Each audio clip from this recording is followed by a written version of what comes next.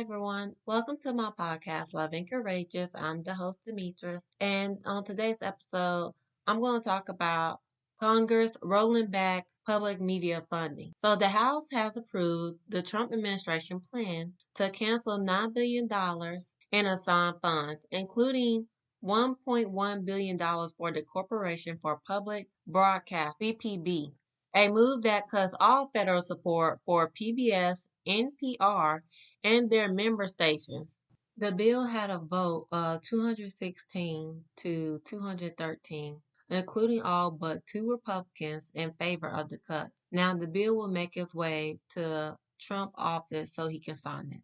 After the vote was made, NPR CEO Catherine Mayer made a statement calling the cut an irreversible loss to the public radio system. She said the effect will be an unwarranted dismantling of beloved local civic institutions and an act of Congress that disregards the public will. She said, I quote, public funding has enabled the flourishing of uniquely American system of unparalleled cultural, informational, and educational programming, and ensure access to vital emergency alerting and reporting in times of crisis, all for about $1.60 per American every year. Parents, children, seniors, citizens, and students, tribal and rural communities all will bear the harm of this vote. Now, the House voted on this bill means that CPB will lose a $1.1 billion in the next 2 years. The bill will also cut $7.9 billion in other programs. CPB acts as a channel for federal money to NPR, PBS, and their member stations. NPR, which produces new programs such as Morning Edition and All Things Considered, relies on direct federal funds for only a small portion of its budget.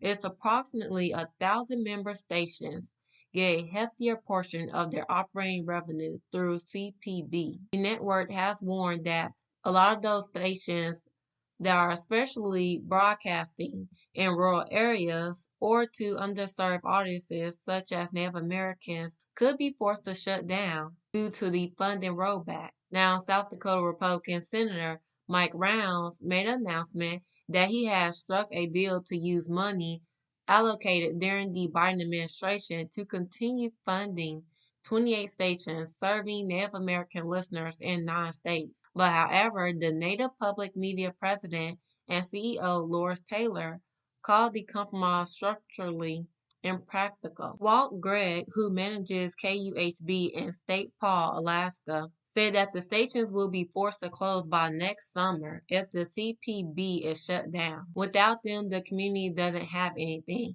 There is no local newspapers or TV, and a lot of people out there barely even have internet. Stations in major cities will also stand to lose millions of dollars, even though federal funding accounts for a far smaller share of their budgets. Now, a lot of stations would be impacted in the Midwest, the South, and the West. Here are a few ways that the funding cuts can hurt the rural areas. So, rural areas rely more on public broadcasting for local news and emergency alerts due to having less commercial radio and television stations. Also, rural areas tend to rely on federal funding more due to the smaller populations and less commercial advertising revenue.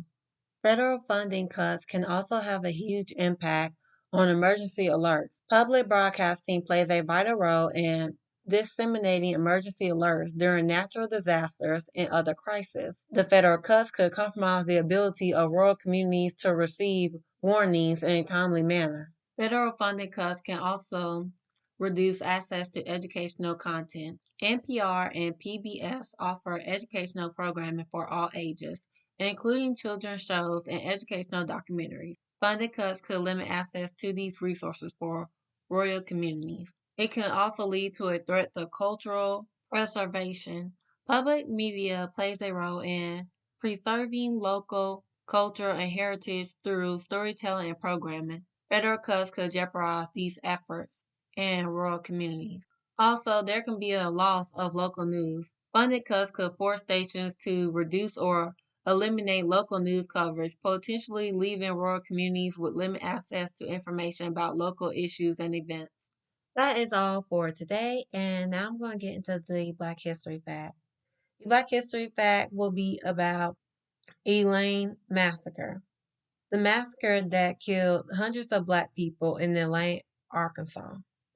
On the night of September the 30th, in 1919, approximately 100 Black farmers attended a meeting of the Progressive Farmers and Household Union of America at a church in Phillips County, Arkansas.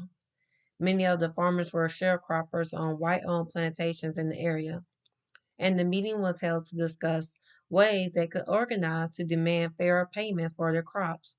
Black labor unions, such as the Progressive Farmers, were deeply resented among white landowners throughout the country because unions threatened to weaken white aristocratic power. The union also made efforts to subvert racial divisions in labor relations and had hired a white attorney to negotiate with landowners for better cotton prices. Knowing that black union organizing often attracted opposition, black men stood as armed guards around the church while the Phillips County meeting took place. When a group of white people from the Missouri Pacific Railroad attempted to intrude and spawn the meeting, the guards held them back and a shootout erupted. At least two white men were killed and enraged white mobs quickly formed. The mobs descended on the nearby black town of Elaine, Arkansas, destroying black homes and businesses and attacking any black people in their path over the coming days. Terrified black residents, including children, the elderly, and women, fled their homes and hid for their lives. A responding federal troop regiment claimed only two black people were killed, but many reports challenged the white soldiers' credibility and accused them of participating in the massacre. Today, historians estimated between 100 and 237 black people were killed in the massacre. When the violence ended, 67 black people were arrested and charged with inciting violence, while dozens more faced other charges. No white attackers were prosecuted, but 12 black union members convicted of riot-related charges were sentenced to death.